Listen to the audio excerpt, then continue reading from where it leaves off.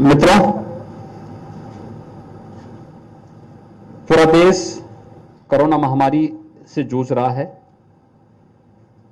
आदरणीय प्रधानमंत्री जी के नेतृत्व में पूरी मजबूती के साथ इस सदी के यानी पिछले 100 वर्ष के सबसे बड़ी महामारी का मुकाबला करने के लिए प्रत्येक नागरिक के जीवन और जीविका को बचाने के लिए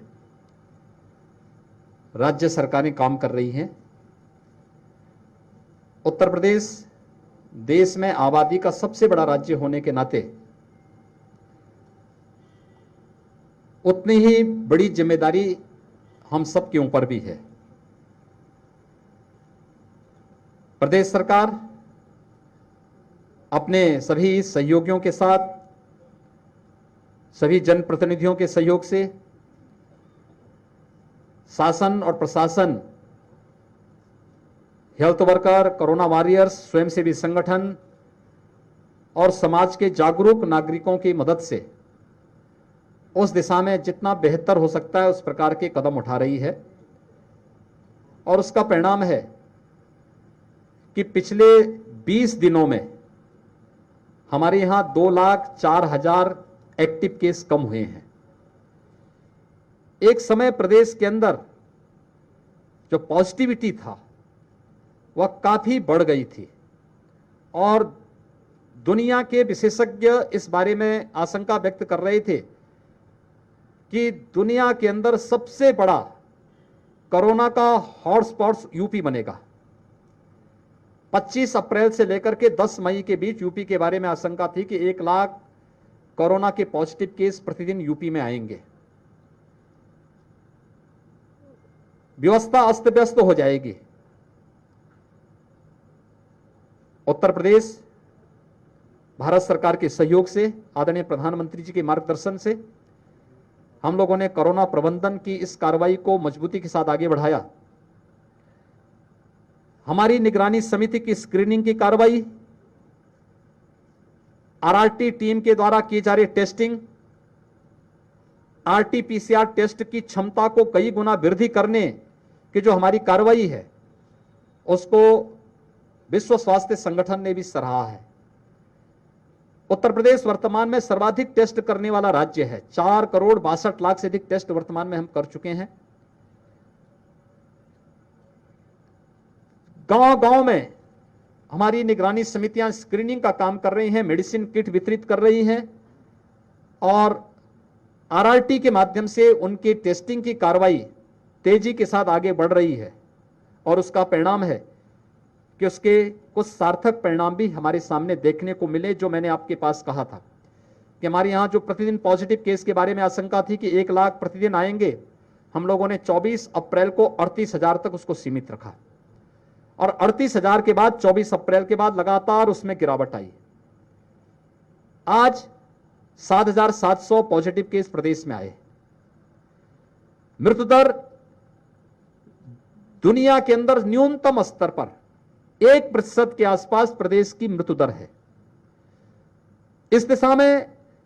बेहतरीन प्रयास उस समय करने के प्रयास हुए थे जब पीक पर कोविड था, खासतौर पर ऑक्सीजन की क्राइसिस। फर्स्ट वेव की तुलना में सेकेंड वेव में कितनी तेज संक्रमण थी, अंदाजा लगाया जा सकता है कि 30 से 50 गुना संक्रमण के कारण उस समय अचानक मरीजों की संख्या बढ़ी, ऑक्सीजन की आपूर्ति डिमांड होने लग गई। तो उस आपूर्ति के लिए भारत सरकार के सहयोग से ऑक्सीजन एक्सप्रेस चलाए गए, एयरफोर्स के विमानों के माध्यम से ऑक्सीजन के टैंकर भेजे गए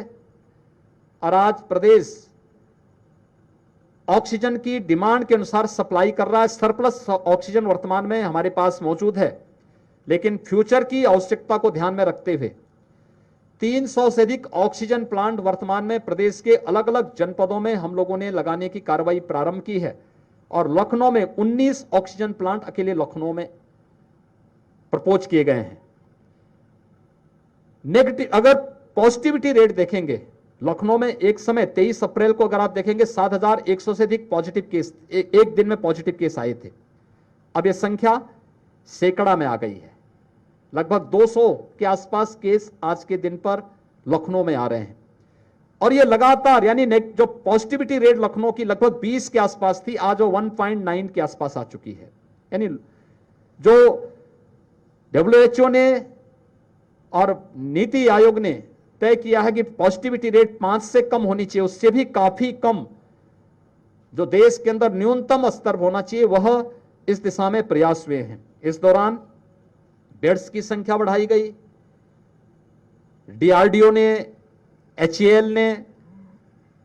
हमारे जितने भी संस्थान हैं, इन सभी संस्थानों ने, मेडिकल एजुकेशन ने, हेल्थ ने व्यापक पैमाने पे बेड्स बढ़ाए और हम लोग थर्ड वेव के लिए भी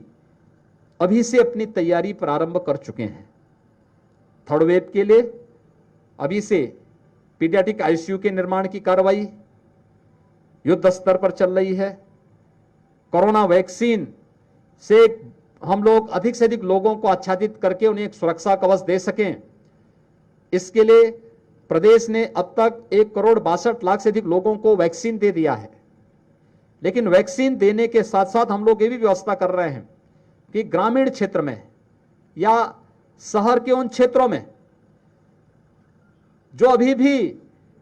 हॉस्पिटल में जाने पर परहेज करते नहीं जा पाते हैं, हमारे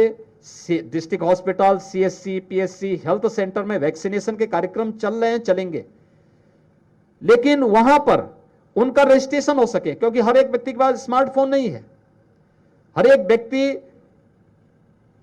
ऑनलाइन रजिस्ट्रेशन अपने स्तर पर नहीं करा सकता है। कॉमन सर्विस सेंटर से रजिस्ट्रेशन की कार्रवाई को हमने आगे बढ़ा दिया है और हमारा प्रयास है कि हम लोग 30-31 मई तक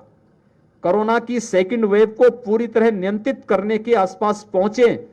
और जून से हम वैक्सीनेशन की रफ्तार को दुगनी तिगुनी स्थिति में आगे बढ़ाने का कार्य करें, जिससे थर्ड वेव की आशंका जो व्यक्त की जा रही है, तब तक हेल्थ इंफ्रास्ट्रक्चर को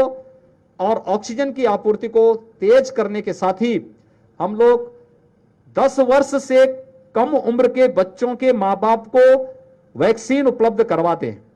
और वैक्सीन उपलब्ध करवाने की इस कार्रवाई के साथ एक सुरक्षा कवच अगर हम उन्हें उपलब्ध करा देंगे तो अगर किसी भी बच्चे को अगर इन्फेक्शन की चपेट में आता है तो हम परिवार का वह कोई सदस्य बच्चे के साथ वहां रहकर के उसकी देखभाल कर सकता है, इस प्रकार की कोई समस्या ना आने पाए, इसी के लिए पूरी तैयारी की जा रही है। और इसी परिप्रेक्ष्य में मैं और हमारे मंत्रीगण जनपदों का भ्रमण कर रहे हैं। मैंने आज लखनऊ कमिश्नरी की, मैं पहले लखीमपुर खीरी गया था, लखीमपुर खीरी का निरीक्षण किया, गांवों का निरीक्षण किया, वहां पर ICCC को मैंने वहां पर निरीक्षण करने के बाद वहां समीक्षा बैठक ली। उसके बाद लखनऊ कमिश्नरी के सभी जनपदों की मैंने समीक्षा ली है और समीक्षा बैठक के माध्यम से जिन जनपदों में अच्छा काम हो रहा है वह कार्य भी हमारे सामने है, जिन जनपदों में भी थोड़ी भी किसी भी पक्ष में शिथिलता थी उनको निर्देश दिए हैं, क्योंकि हमारे सीनियर अधिकारी, नोडल अधिकारी जनपदों में मौजूद हैं और जनपदों में रह करके उनके द्वारा निरंतर इन चीजों को निगरानी की जा रही है और 24 तक वे लोग अपनी रिपोर्ट भी शासन को उपलब्ध करवाएंगे। उस पर हम लोग आगे फिर उसी प्रकार से आगे की रणनीति तैयार करेंगे। लेकिन यह युद्ध स्तर पर चलने वाले इस अभियान को हम मजबूती के साथ आगे बढ़ाने का प्रयास कर रहे हैं। मेरी आप सबसे भी अपील है कि यह एक टीम वर्क है। पूरा देश कोरोना के खिलाफ लड़ रहा है और कोरोना के खिलाफ इस लड़ाई में पब्लिक अवेयरनेस की एक बहुत बड़ी भूमिका है और जनता की जागरूकता के लिए खासतौर पर हम लोगों से कहें, आप याद करिए आदरणीय प्रधानमंत्री जी ने जब लॉकडाउन प्रारंभ हो रहा था तब भी प्रत्येक नागरिक को देश के अंदर एक अपील की थी कि हमें उन सभी नियमों का पालन करना चाहिए जो हमें इन्फेक्शन से बचा सके और खासतौर पर मास्क और 2 गज की दूरी, ये बात तो कही थी और ये भी कहा था कि हाई रिस्क कैटेगरी से जुड़े हुए लोग घर के बाहर न निकलें, घर के अंदर भी वे मास्क का इस्तेमाल करेंगे अच्छा रहेगा। हाई रिस्क कैटेगरी में 60 साल से ऊपर के लोग, 10 साल से छोटे उम्र के बच्चे, किसी गंभीर बीमारी से ग्रसित व्यक्ति, डायबिटीज का पेशेंट या कमजोर इम्यूनिटी से जुड़े हुए लोग, गर्भवती महिलाएं, ये हर प्रकार की सतर्कता बरतें। अगर हर व्यक्ति इन सभी सावधानियों को बरतता है तो हम लोग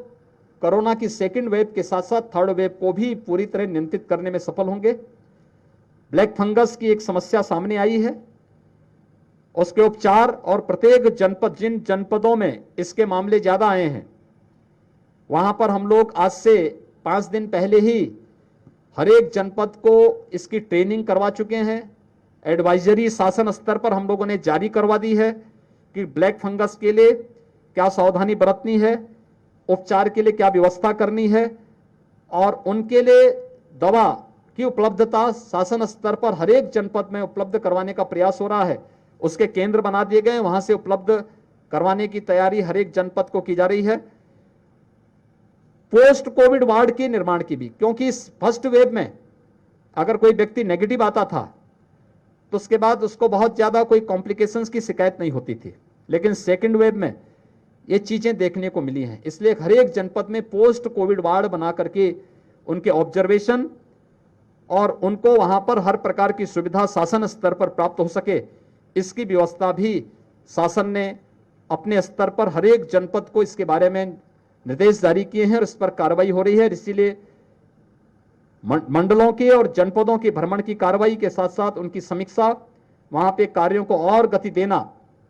इसी क्रम में आज मैं लखनऊ कमिश्नरी की समीक्षा के साथ साथ जनपद हरदोई, जनपद लखीमपुर खीरी भी गया था, वहां का भ्रमण भी किया, और लखनऊ के भी एक गांव में जाकर के मैंने वहां पर एक प्राथमिक स्वास्थ्य केंद्र और गांव में निगरानी समिति किस रूप में काम कर रही है, मेडिसिन किट का वितरण किस रूप में हो रहा है, इन सब का भी मैंने अपने आंखों से उसका निरीक्षण किया है और अभी समीक्षा की है। आप सबसे भी अपील है, हम अधिक से अधिक लोगों को कोरोना प्रोटोकॉल का पालन करने के लिए जागरूक करें और वैक्सीन लगाने के लिए जरूर इसके बारे में हम लोग अगर लोगों को जागरूक कर सकेंगे तो ये सुरक्षा कवच का काम करेगा। क्योंकि अभी भी बहुत सारी जगह देखने को मिल रहा है कि वैक्सीन के प्रति लोगों में जागरूकता का थोड़ा अभाव है। सरकार अपने स्तर पर प्रयास कर रही है और इसीलिए सीएससी को हमने एक्टिवेट किया है, लेकिन ये आपके प्लेटफॉर्म के माध्यम से भी तेजी से आगे बढ़ेगा तो अवश्य बड़ी संख्या में लोग इसके लिए आएंगे और हम लोग हर व्यक्ति को निःशुल्क वैक्सीन देने के लिए सरकार ने अपनी प्रतिबद्धता दोहराई है और सरकार उसके अनुरूप 18 से 44 को राज्य सरकार के द्वारा और 45 से ऊपर वालों को भारत सरकार के माध्यम से निःशुल्क वैक्सीन उपलब्ध कराने की कार्रवाई प्रदेश के अंदर प्रारंभ हो गई, प्रारंभ युद्ध स्तर पर चल रही है और हम इसको जून में और तेजी के साथ आगे बढ़ाएंगे। धन्यवाद।